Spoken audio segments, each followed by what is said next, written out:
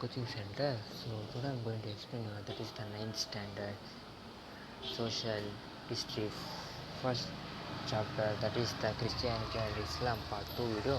So let us come to the chapter. So today I'm going to explain here. So in my last video I explained about the Christianity, what are the teachings done by the Jesus Christ and contribution of Christianity. So let us come to the Islam. Let us know about this Islam. So Islam is originated in Arabia. So it was originated in the Arabia, and Arabia it is a peninsula of West Asia. Arabia is the peninsula of West Asia. So it is basically a desert which is not suitable for doing any agricultural work. But thus the Arabs migrate the fertile land and also settles in places where there are waters are available, and such a places were Mecca and Medina, the two places where Arabs were left. And in the beginnings, Arabs were worshipped many objects of nature. They worshipped the nature, like many objects of nature, like stones, trees, and streams, as they thought them as gods. Kaaba was considered to be one of the most important religious places. The Kaaba is considered as one of the most religious places. And life of Muhammad Paighambar. So the Prophet Muhammad Paighambar was born at 570 Christ era in Mecca. So his parents were Abdullah and Amina. So he lost his parents in his childhood only, and was brought up. He was grown by his uncle, and he was shepherd in the beginning, and later then he started to visiting the Mecca, Syria for business purpose.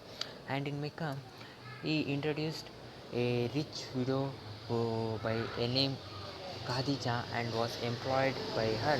So she gave her a job. Later he married her, then he got married to her, and they had two sons and four daughters. So when Muhammad Paighambar traveled to different places for textile business, he came across the many principles of Christian and Jewish religions. Then he started to meditating deploy for long hour on Mount Hera to find remedies for the social and cultural shortcomings of Arab peoples. What are the shortcomings of social and culture? He was thinking. After Paighambar achieved enlightenment, he was the Paighambar was called as the messenger of God by the peoples.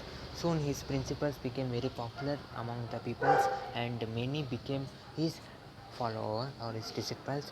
And when he was in deep meditation, he was used to share his messages of disciples with the people, and also they started considering that message of the it was the message of the God, who were the followers of the Paighambar. Then such collection of messengers were compiled and published later, and that book that was published as the messages that was given by the God, that was published as a book, was the holy books of the Islam, that is the Quran. So later, Paighambar started preaching his principles in the Mecca where he was living. So when Paighambar opposed polytheism strongly, the people of Mecca tried to murder him. So he traveled from Mecca to Medina, and he became aware in 622 CE.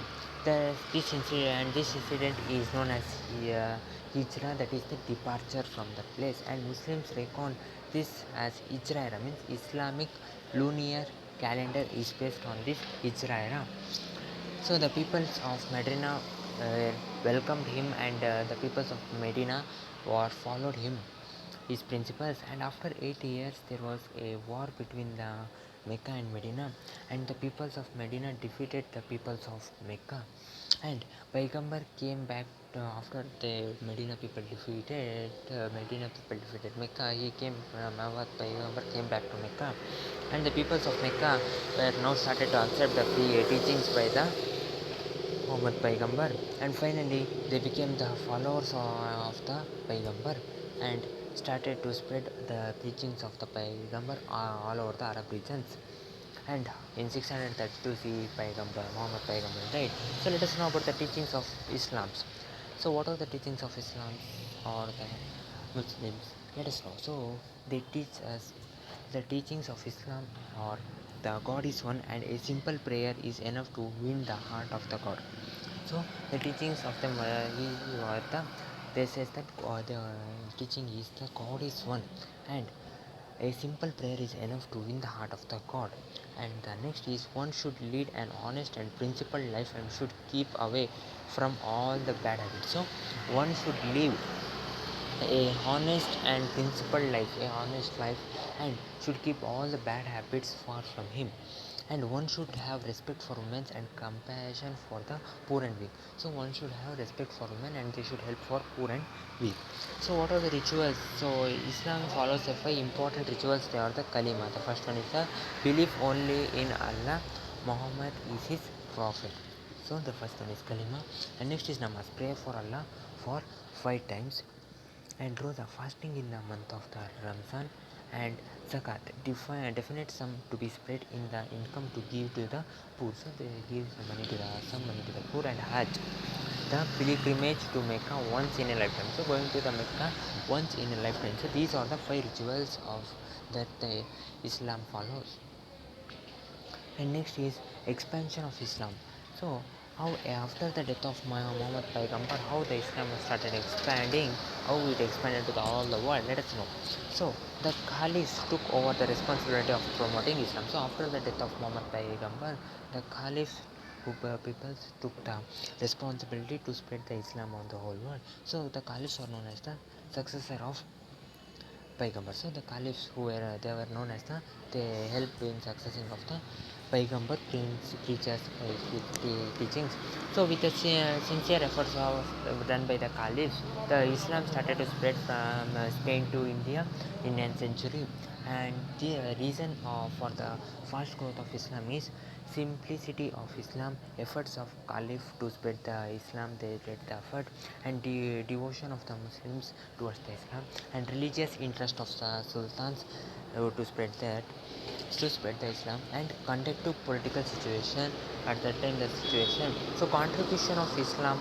So after accepting Islam, Arabs have now known for the following contributions. Arabs are known.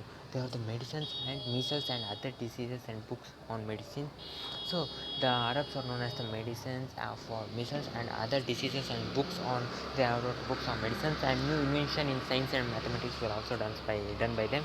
And the spread of knowledge built by medieval Arab and Persia in the field of geography and astronomy to the other parts of the world. So they also started to spread the knowledge of geography and astronomy to the other parts of the world. And Islam were also influenced in the art and architecture, and the features of Islamic architecture can be seen in the buildings built in Roman, Byzantine and Persian Empire. So Islam were also influenced by the art and architecture done by them. So the features of Islam's architecture we can see in the Roman, the buildings built by the Roman and also Byzantium and Persian empires. So sects in Islam. So like in other religions, many sects can be found in the Islam. They are the most important among them is the two, that is Shia and Sunni. So the successor of Muhammad Paigambar is known as the Khalif, who tried to spread the teachings of Muhammad's Paigambar, and they became the religious and political leaders of Islam. After they became the religious and political leaders of taking the preachings of Islam ahead after death of Paigambar. And Abu Bakr was the first Caliph. So Abu Bakr was the first Caliph to spread the preachings of the preaching of the Muhammad Paigambar. So okay friends, this was our chapter, the Christianity and Islam. So okay friends, like the video, comment on the video, and subscribe my channel and watch the video for more video. I will see you in my next video. It's been another chapter. Till then, take care. Have a nice day. Bye my dear friends.